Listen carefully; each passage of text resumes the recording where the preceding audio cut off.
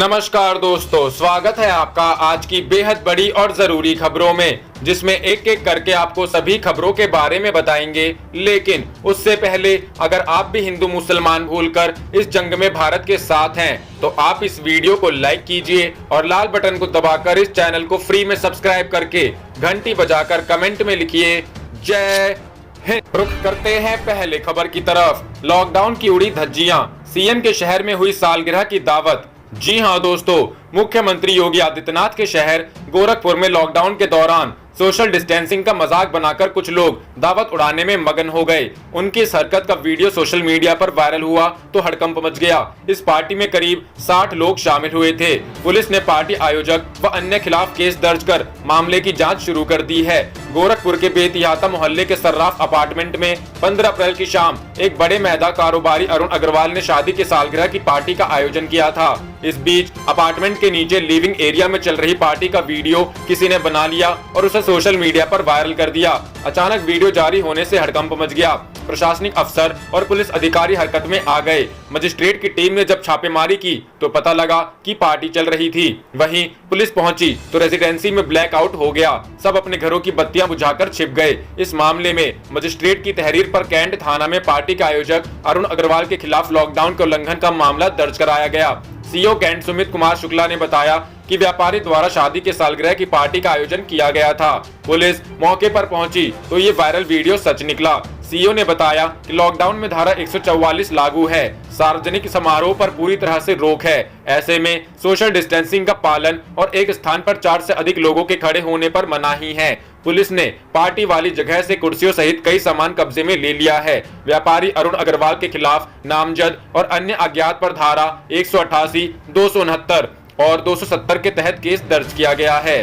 रुख करते हैं अगली खबर की तरफ। कोरोना संकट के बीच सामने आई चीन की शर्मनाक हरकत, भारत को भेजी घटिया क्वालिटी पीपीई किट। जी हां दोस्तों, कोविड-19 वैश्विक महामारी से लड़ने के लिए निजी सुरक्षा उपकरण के खराब गुणवत्ता वाले किट चीन ने भारत को भेजे हैं। हालांकि जो खेप गुणवत्ता परीक्षण में विफल रहे, उन्हें भारत में बड़ी निजी कंपनियों से दान के रूप में प्राप्त किया गया था। दरअसल चीन ने कोविड-19 वैश्विक महामारी से लड़ने में मदद के लिए भारत को बृहस्पतिवार को 6,50,000 कोरोना वायरस चिकित्सा किट्स भेजी।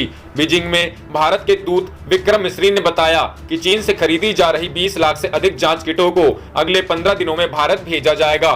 मिस्री ने बृहस्पतिवार को ट्वीट किया, रैपिड एंटीबॉडी टेस्ट और आरएनए एक्सट्रैक्शन किट समेत कुल 6,50,000 किटों को आज तड़के ग्वांजू हवाई अड्डे से भारत के लिए भेजा गया। वहीं द इकोनॉमिक टाइम्स के अनुसार इस मामले से जुड़े एक शख्स ने बताया कि 1,70,000 भारत सरकार को डोनेट की गई थी, जिसमें से 50,000 किट्स क्वालिटी टेस्ट में फेल हो गई। शख्स ने बताया कि 30,000 और 10,000 किट्स के 2 छोटे कंसाइनमेंट्स भी आए थे जो टेस्ट में फेल हो गए। ये kits defence research and development organisation laboratory Gwalior में टेस्ट की गई थी। रुख करते हैं अगली खबर की तरफ। दिल्ली सरकार का ऑपरेशन शील्ड 2 इलाके में सफल, 15 दिनों में एक भी केस नहीं।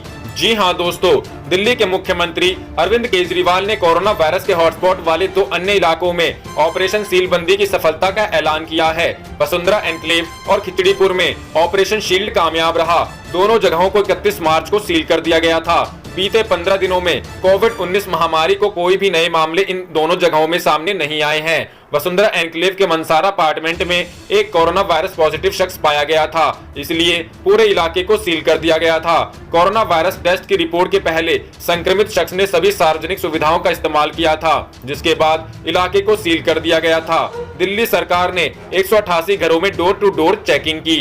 रुख करते हैं अगली खबर की तरफ। डीडी पर रामायण महाभारत दिखाए जाने के बहाने यशवंत सिन्हा ने मोदी सरकार पर कसा तंज। जी हां दोस्तों, पूर्व केंद्रीय यशवंत सिन्हा ने कहा है कि दूरदर्शन पर रामायण और महाभारत जैसे धारावाहिकों को फिर से दिखाकर मौजूदा सरकार लोगों का ध्यान भटका रही है।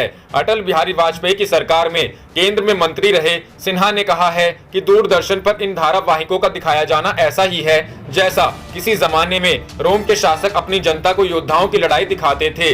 इसका मकसद सरकार के नाकामियों से ध्यान हटाने के अलावा कुछ भी नहीं है। गुरुवार शाम की एक ट्वीट में सिन्हा ने लिखा, प्राचीन रोम में वहां के शासक अखाड़े में योद्धाओं का मुकाबला कराया करते थे।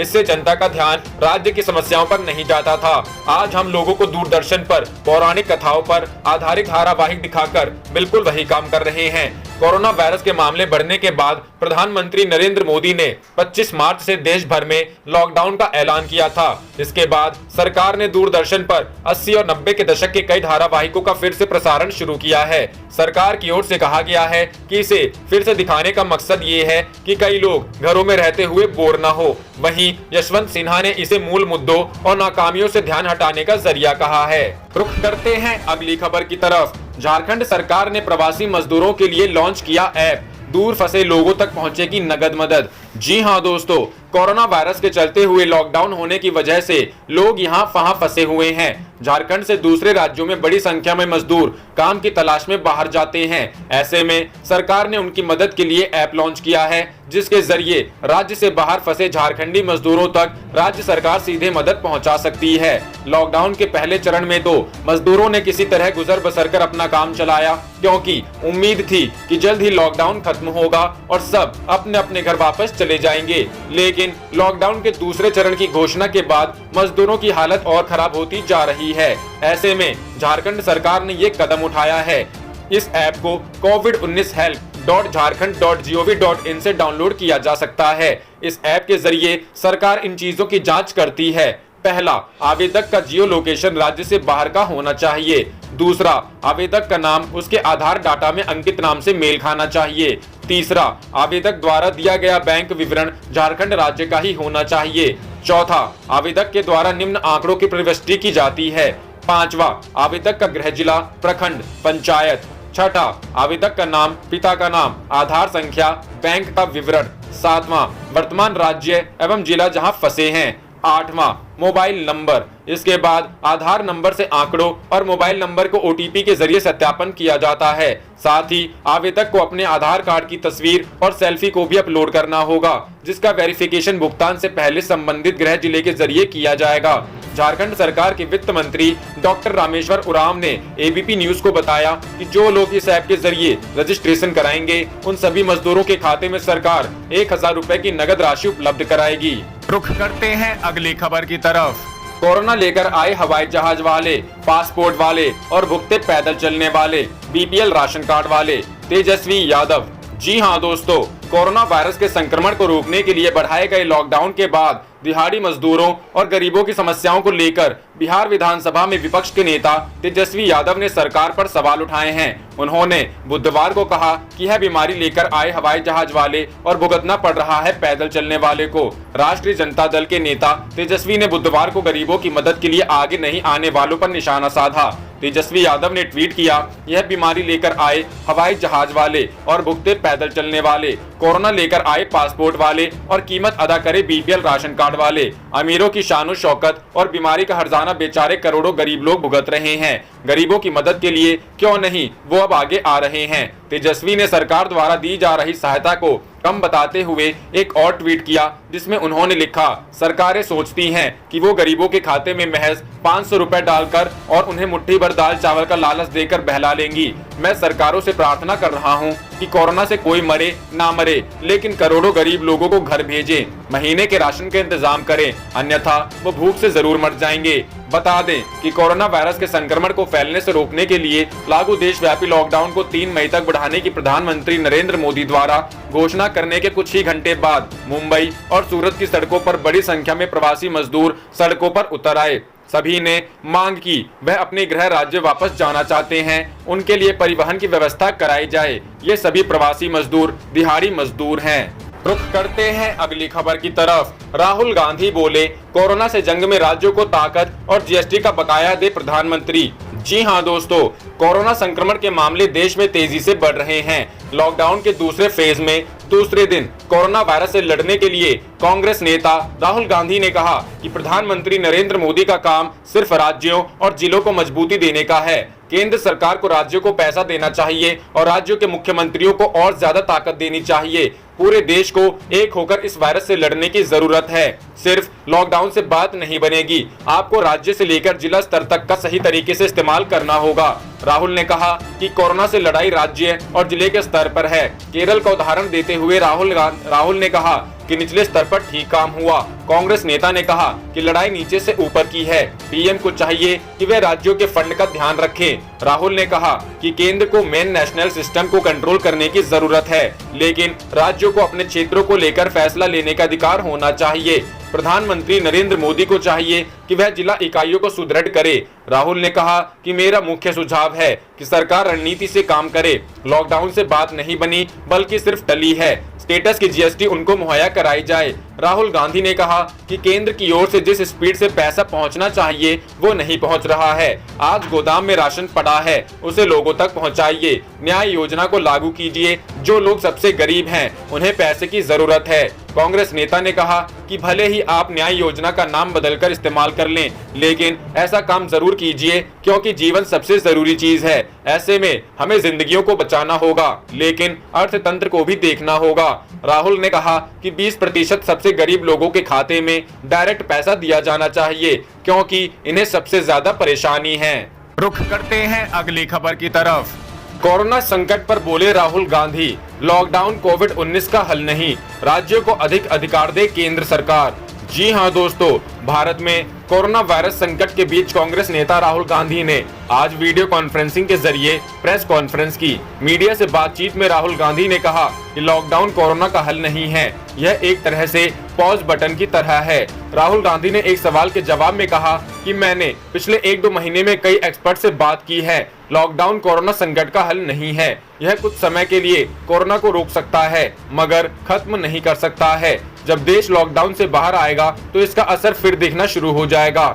लॉकडाउन सिर्फ तैयारी करने का वक्त देता है। लॉकडाउन से कोरोना वायरस को नहीं हरा पाएंगे, टेस्टिंग को बढ़ाना होगा। राहुल गांधी ने मोदी सरकार को सलाह देते हुए कहा कि देश में रणनीति के तहत टेस्टिंग होनी चाहिए और टेस्ट की संख्या भी बढ़ाई जानी चाहिए। अगर कोरोना वायरस से लड़ना है तो टेस्टिंग का बड़े पैमाने पर बढ़ाना होगा। हमें उन इलाकों में भी टेस्टिंग करनी होगी जहां केस नहीं है। रैंडम टेस्टिंग की देश में जरूरत है। इस कोरोना वायरस के खिलाफ पूरे देश को एकजुट होना पड़ेगा। राहुल गांधी ने सरकार को सलाह दी कि राज्यों के मुख्यमंत्रियों से खुलकर बात कीजिए और उनकी मांगों को सुनिए। उन्हें ज्यादा से ज्यादा अधिकार दीजिए। न्याय योजना का नाम बदलकर ही पैसे दे दीजिए। राहुल गांधी ने कहा कि कोरोना से लड़ने के लिए देश को 2 मोर्चों पर ज्यादा काम करने की जरूरत है, एक हेल्थ और दूसरा अर्थव्यवस्था। फूड का सेफ्टी नेट तैयार करना होगा। जिनके पास राशन कार्ड नहीं है उन्हें भी मुफ्त राशन दीजिए। साथ ही न्याय योजना के तहत पैसे दीजिए। भले ही आप इस योजना का नाम ना दें और दूसरा नाम यूज करें, सिर्फ लॉकडाउन से ही बात नहीं बनेगी। आपको अपनी ताकत और संसाधन का सही से इस्तेमाल करना होगा। उन्होंने आगे कहा कि कोरोना को लेकर अभी देश में इमरजेंसी जैसे हालात हैं। कोरोना के खिलाफ देश को एकजुट होकर लड़ना होगा। लॉकडाउन से बात नहीं बनी है क्योंकि यह महामारी कुछ समय के लिए रुक गई है। रुख करते हैं अगली खबर की तरफ। कोरोना वायरस पर अखिलेश यादव का बीजेपी सरकार पर तंज, कहा डराकर नहीं बल्कि विश्वास में लेकर आगे बढ़े सरकार। जी हां दोस्तों, देश भर में कोरोना वायरस का कहर जारी है। इस बीच समाजवादी पार्टी के राष्ट्रीय अध्यक्ष और यूपी के पूर्व सीएम अखिलेश यादव ने बीजेपी सरकार पर तंज कसा है। उन्होंने कहा कि सरकार लोगों को डराकर नहीं बल्कि विश्वास में लेकर सभी के साथ आगे बढ़ना चाहिए। अखिलेश यादव ने गुरुवार को ट्वीट के माध्यम से लिखा कि कोरोना काल में जिन्हें भी वायरस से पीड़ित होने के लक्षण दिखे उन्हें स्वयं जांच के लिए आगे आना चाहिए व उन डॉक्टरों का सहयोग और सम्मान करना चाहिए जो अपना जीवन दांव पर लगाकर आपकी जान बचा रहे हैं। सरकार को भी लोगों को डराकर नहीं बल्कि विश्वास में लेकर सभी के साथ आगे बढ़ना चाहिए। रुख करते हैं अगली खबर की तरफ। कपिल सिब्बल का वार, लाठी चार्ज, भाषण नहीं, गरीब को मदद और राशन चाहिए। जी हां दोस्तों, कोरोना वायरस महामारी के संकट की वजह से देश में लॉकडाउन है और इसका सबसे ज्यादा प्रभाव गरीबों पर हो रहा है। मजदूर गरीब लोगों को राशन की दिक्कतें आ रही हैं, प्रवासी मजदूरों को घर जाने की दिक्कतें हैं। इस बीच कांग्रेस नेता और पूर्व केंद्रीय मंत्री कपिल सिब्बल ने सरकार के एक्शन पर सवाल खड़े किए हैं। सिब्बल का कहना है कि सिर्फ भाषण नहीं बल्कि राशन की जरूरत है। गुरुवार को कांग्रेस नेता कपिल सिब्बल ने ट्वीट कर लिखा कि जो भी लोग जो भी गरीबों प्रवासी मजदूरों को खाना खिला रहे हैं हैं उन गुरुद्वारे, मंदिर, एनजीओ को हमारा सलाम। हमारे लोग सरकार का समर्थन करने के लिए तैयार हैं, लेकिन सरकार को भी लोगों का समर्थन करना चाहिए। कपिल सिब्बल ने लिखा कि लाठीचार्ज के जरिए नहीं, भाषण के जरिए नहीं, बल्कि राशन और आर्थिक मदद के जरिए सरकार लोगों की मदद करे। गौरतलब है कि बीते कुछ दिनों में देश के अलग अलग हिस्से में प्रवासी मजदूरों की चिंताएं सामने आई हैं, जिसमें मुंबई, सूरत, दिल्ली जैसे बड़े शहर शामिल हैं। मुंबई के बांद्रा में घर जाने के लिए हजारों की संख्या में लोग रेलवे स्टेशन के पास पहुंचे, जिसके बाद हालात बेकाबू होने लगे। भीड़ पर काबू पाने के लिए प्रशासन की ओर से लाठीचार्ज किया गया, तब जाकर मजदूर अपने क्षेत्रों में वापस गए। वहीं बुधवार को ऐसा ही नजारा दिल्ली में दिखा, जहां पर यमुना किनारे हजारों की संख्या में मजदूर आ गए। उनकी ओर से खाने की परेशानी की बात की गई और घर जाने की मांग भी की जा रही थी, लेकिन बाद में मुख्यमंत्री अरविंद केजरीवाल के आश्वासन के बाद सभी को शेल्टर होम में वापस भेजा गया।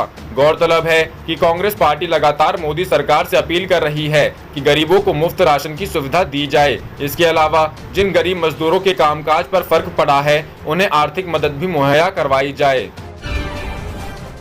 आप देख रहे थे आपका अपना चैनल जय हिंद, जय भारत।